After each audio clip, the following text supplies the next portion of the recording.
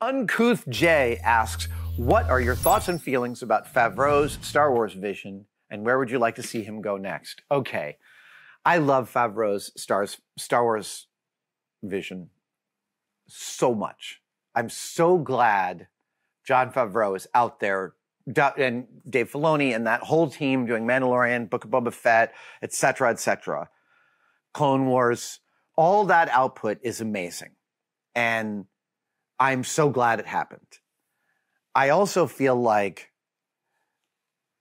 and I haven't spoken to any of the players about this, so none of this comes from any inside baseball knowledge, but I also feel like Mandalorian returned Star Wars to some really important roots. For instance, you watch Star Wars and you watch Sanjuro. I think it's Sanjuro that has the two idiots that are sort of like a Greek chorus commenting on the action in the film. There might also, at any rate, let me just point out that C-3PO and R2-D2 in Star Wars occupy a specific character bucket that is all over Akira Kurosawa's films.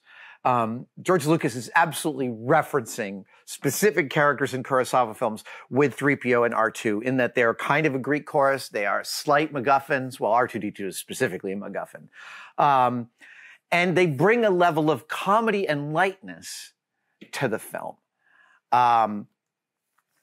At the same time as also you have Harrison Ford, you have Han Solo who's in the film but making fun of it at the same time. He's pointing out the absurdities around him to you in real time. So you get to know that the film itself isn't taking itself that seriously.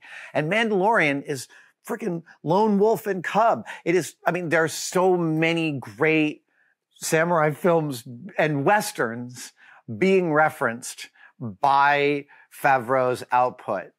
And I feel like that is the roots of Star Wars, is those beautiful, simple narratives.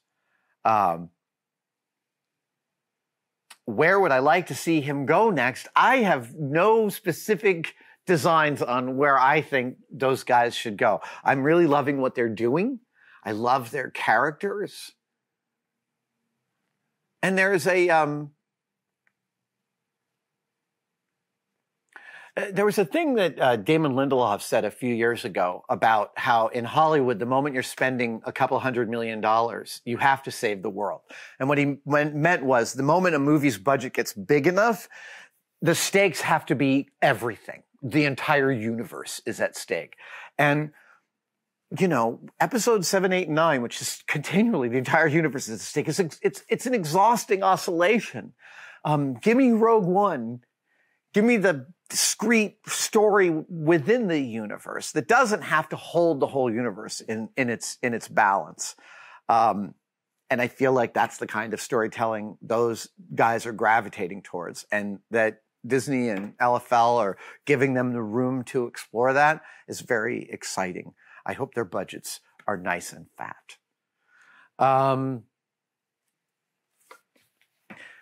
Somebody asked me, did you find it funny that Star Wars model kits exist? Since they were all kit bashed,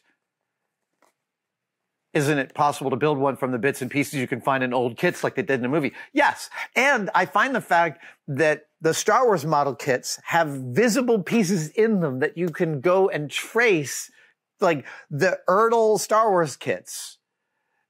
You can find pieces of them you can trace to Tamiya and Hasegawa kits. I think that's wonderful. Of course, in today's version of copyright maximalism, you know, at any given moment that could all go away because somebody wants to, I don't know, stop that shit from happening, which would be ludicrous. But copyright maximalism, I'm going to end up doing an extensive rant about it at some point on this channel, is one of the great scourges of our modern culture. I mean, like, Twitch streamers not even able to play soundtracks from the games they're playing because of copyright takedown notices.